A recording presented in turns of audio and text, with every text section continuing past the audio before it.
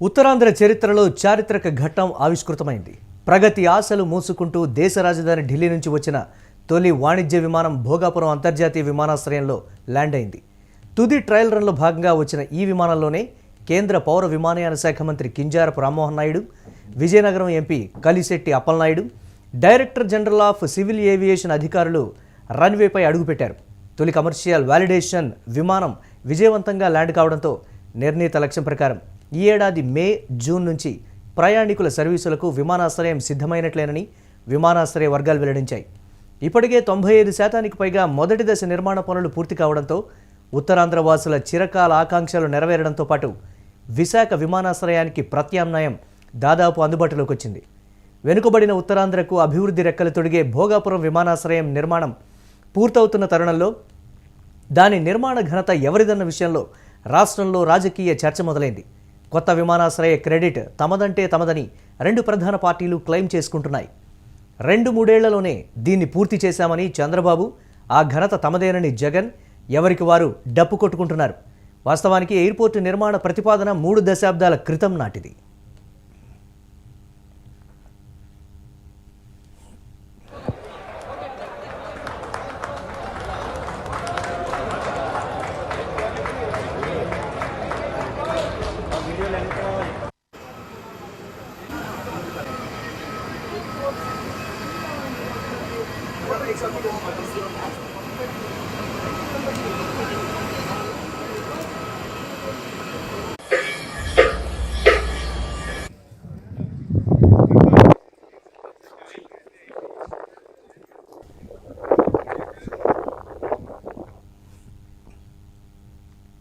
భోగాపురం ఎయిర్పోర్టుకు తొలి ఆలోచన 1997లోనే పడింది.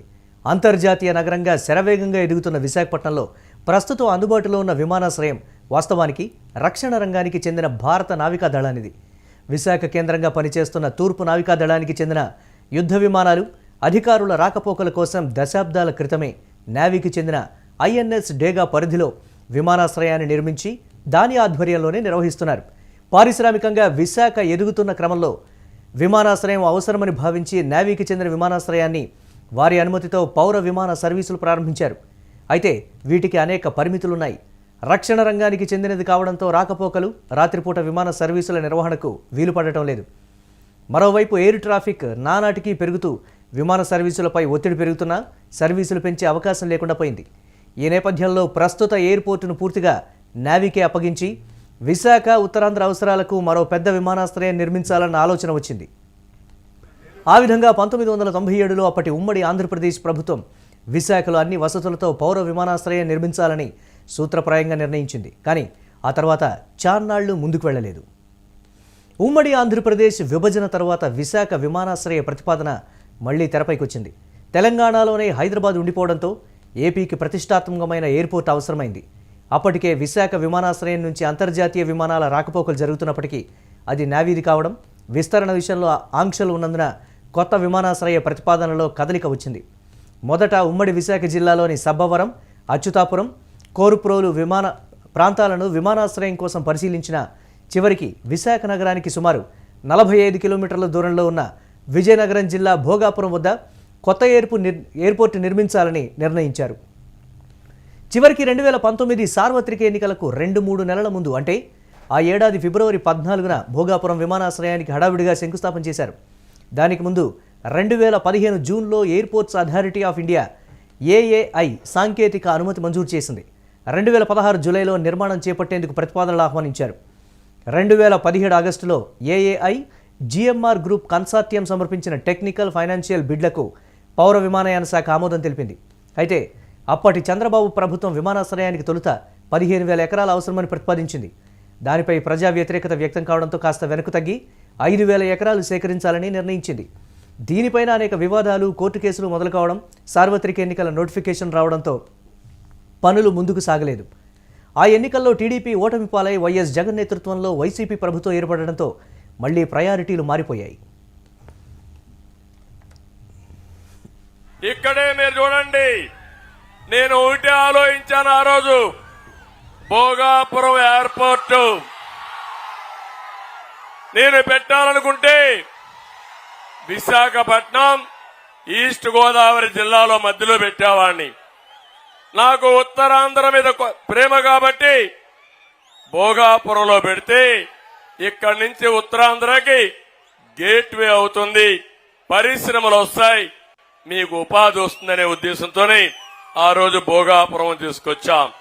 నేను అడుగుతున్నా, ఈరోజు నేనుంటే ఈ పాటికి భోగాపురం వచ్చేదా లేదా తమ్ముళ్ళు అని అడుగుతున్నా. వచ్చిందా అని నేను అడుగుతున్నా. 2750 ఎకరాలతో నేను ఆ రోజు ల్యాండ్ అక్విజిషన్ చేశాను, ఫౌండేషన్ వేశాను. ఈ సైకో జగన్ ఎక్కడన్నా పూర్తి చేస్తే, నేను గాని ఓపెన్ చేస్తే మళ్ళా దానికి రీఓపెన్ చేస్తాడు. నేను ఫౌండేషన్ వేస్తే మళ్ళా ఫౌండేషన్ వేస్తాడు తప్ప పని మాత్రం పూర్తి చేయలేదు. నేనుంటే 2021కి అయి ఉండేది.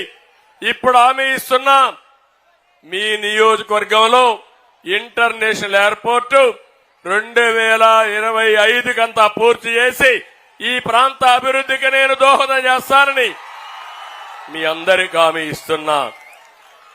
ఒక ఎయిర్పోర్ట్ వస్తే పరిశ్రమలు వస్తాయి, పరిశ్రమలు వస్తే పిల్లలకు ఉద్యోగాలు వస్తాయి. 2019లో జగన్ ప్రభుత్వం అధికారంలోకి రావడం, వెంటనే కోవిడ్ రావడంతో భోగాపురం విమానాశ్రయ నిర్మాణం ఆలస్యమైంది. విమానాశ్రయానికి టీడీపీ సర్కార్ ప్రతిపాదించిన 5000 ఎకరాలు అవసరం లేదంటూ ఆ విస్తీర్ణాన్ని 2750 ఎకరాలకు వైసీపీ ప్రభుత్వం కుదించింది. ఆ మేరకు 1413 మంది రైతుల నుంచి 1383 ఎకరాల భూములు, 572 మంది నుంచి డీపట్టా భూములు సేకరించాలని నిర్ణయించింది. గత ప్రభుత్వం ఎకరాకు 12,50,000 రూపాయల పరిహారం నిర్ణయించగా దాన్ని భూమి స్వభావాన్ని బట్టి ఎకరాకు 28 లక్షల నుంచి 36 లక్షల వరకు చెల్లించేందుకు ముందుకు రావడంతో పాటు గత ప్రభుత్వ హయాంలో ఉన్న కేసులు, వివాదాలను పరిష్కరించి మొత్తం 900 కోట్లతో భూసేకరణ పూర్తి చేసింది. అనంతరం 2023 మే 3వ తేదీన అప్పటి సీఎం జగన్ విమానాశ్రయ నిర్మాణానికి భూమి పూజ చేశారు. 2026 నాటికి నిర్మాణం పూర్తి చేయాలని అప్పట్లోనే నిర్దేశించారు. దానికి అనుగుణంగా GMR consortium special purpose vehicle ఏర్పాటు చేసింది. అంతకుముందు 2022 సెప్టెంబర్లోనే నేవీ కూడా విశాఖ విమానాశ్రయాన్ని భోగాపురానికి షిఫ్ట్ చేయడానికి గ్రీన్ సిగ్నల్ ఇచ్చింది. అన్నీ కలిసి రావడంతో 2023 నవంబర్ 1వ తేదీన మొదటి దశ నిర్మాణ పనులు ప్రారంభమయ్యాయి. ఈరోజు భూమి పూజ చేసిన ఈ గ్రీన్ఫీల్డ్ ఎయిర్పోర్టులో మరో 3 ఏళ్లలో ఈ ప్రాజెక్టు పూర్తయి ఈ ఎయిర్పోర్టు 2026 నాటికి ఇక్కడి నుంచే, ఇదే భోగాపురం నుంచే విమానాలు ఎగిరే పరిస్థితి వస్తుంది అని చెప్పడానికి కూడా సంతోషపడతా ఉన్నా. ఈరోజు ఇక్కడ పునాది రాయి వేశాం.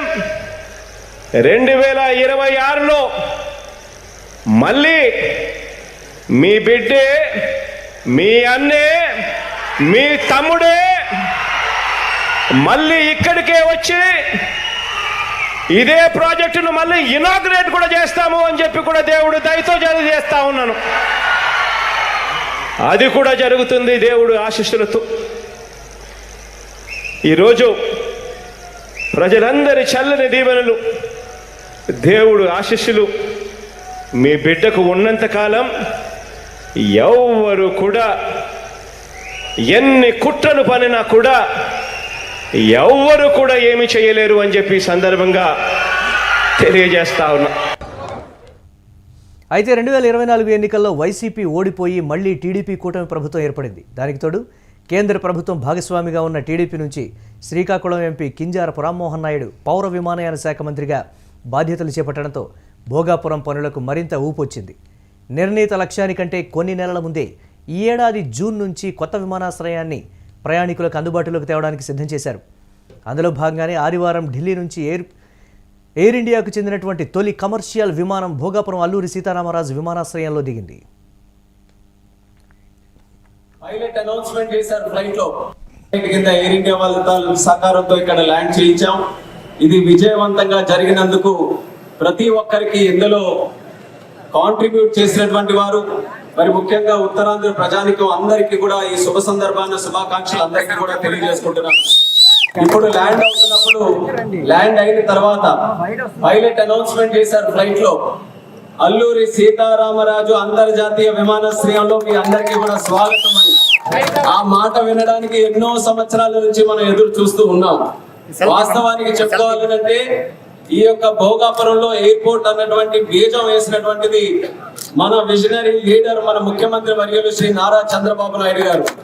ఆ రోజు ఉత్తరాంధ్ర అంతటిని కూడా కలిపి కట్టుగా మనం అభివృద్ధి చేయాలనంటే ఒక ప్రాజెక్ట్ అందరికీ ఉపయోగపడే విధంగా, కనెక్టివిటీని పెంచే విధంగా ఇక్కడ చేయాలనే ఆలోచనతో అప్పుడు మన ఉత్తరాంధ్ర నుంచి పార్లమెంటు సభ్యుడిగా కేంద్ర మంత్రిగా ఉన్నటువంటి పోసపాటి అశోక్ గజపతిరాజు గారి తాలూకు ఆధ్వర్యంలో ఆనాడు 2016లో కేంద్ర ప్రభుత్వం నుంచి ఇన్ ప్రిన్సిపల్ అప్రూవల్ ఈ భోగాపురం ఎయిర్పోర్ట్ కోసం చేసుకోవడం జరిగింది. కానీ తర్వాత ప్రభుత్వం మారడం వల్ల, అనేక కారణాల వల్ల, అనేక ఇబ్బందులు రావడం వల్ల ఆలస్యమైనా మళ్ళీ ఆ భగవంతుడి అవకాశం నాకు కల్పించాడు. ఈ మూడోసారి ఈ యొక్క ప్రాంతం నుంచి పార్లమెంట్ సభ్యుడిగా గెలిచి మళ్ళీ కేంద్ర మంత్రిగా సివిల్ ఏవియేషన్ శాఖగా నాకు చేసిన తర్వాత ఇది దేవుడు నాకు ఇచ్చినటువంటి ఒక వరంగా భావించి 18 నెలల్లో ప్రతి ఒక్క నెల కూడా ఇక్కడ ప్రత్యేకంగా రివ్యూలు పెట్టుకొని చంద్రబాబు నాయుడు గారు మాకు ఒక ఛాలెంజ్ ఇచ్చారు. ఎప్పటికల్లా పూర్తి చేస్తారని మొదటి నెలలోనే ఇక్కడ రివ్యూ మీటింగ్ పెడితే ముఖ్యమంత్రిగా ఆయన అడిగిన తర్వాత మేము డిసెంబర్ 26కి కంప్లీట్ చేయాలని ఉంది సార్ అని చెప్తే, డిసెంబర్ కాదు ఉత్తరాంధ్ర అభివృద్ధి చెందడానికి ఇది ప్రధాన కారణం కాబోతుంది కాబట్టి 6 నెలల ముందే దీన్ని పూర్తి చేయాలని ఆలోచన చెప్పారు. ఆయన ఇచ్చినటువంటి మాటని శాసనంగా తీసుకొని 6 నెలల ముందే పూర్తి చేయాలన్న ఆలోచనతో ఎంత ఫాస్ట్ గా ఈ ప్రాజెక్ట్ నడిపించామో మీ కళ్ళ ముందు మీరే అందరూ కూడా చూశారు. ఈ స్థాయికి ఈ రోజు ప్రాజెక్ట్ ఇక్కడికి విచ్చేసిందనంటే దానికి చాలా మందికి మనం ధన్యవాదాలు తెలియజేయాలి. ముఖ్యంగా జిఎంఆర్ గ్రూప్ కి ఒక సొంత ప్రాజెక్ట్ లా పబ్లిక్ ప్రాజెక్ట్ ఏ రకంగా అన్ని విధాలుగా కూడా ముందుకు నడిపించాలో వాళ్ళు కూడా కంప్లీట్ గా ఎక్కడా లోటుపాట్లు లేకుండా వాళ్ళు నడిపించారు. ఎల్ఎన్టీ సంస్థ కన్స్ట్రక్షన్ లో, అలాగే రాష్ట్ర ప్రభుత్వం మరి ముఖ్యంగా కేంద్ర ప్రభుత్వం నుంచి డీజీసీఏ గానీ, ఎయిర్పోర్ట్ అథారిటీ ఆఫ్ ఇండియా గానీ ఎవరైతే స్టేక్ హోల్డర్స్ ఉన్నారో అందరూ కూడా కలిసి కట్టుగా వాళ్ళ తాలూకా పనిని ఎక్కడ కూడా లోటుపాటు లేకుండా చేశారు. ఉత్తరాంధ్రలో ఇటీవలి కాలంలో ఒక భారీ ప్రాజెక్టు పూర్తయి అందుబాటులోకి రావడం ఇదే మొదటిది. ఈ ప్రాంత అభివృద్ధికి దోహదం చేసే ఈ ప్రాజెక్టు నిర్మాణం ఏ ఒక్కరి కృషికో పరిమితమని చెప్పలేం. అటు వైసీపీ, ఇటు టీడీపీ ప్రభుత్వాల హయాంలో పలు ఆటంకాలను దాటి ముందుకు సాగింది.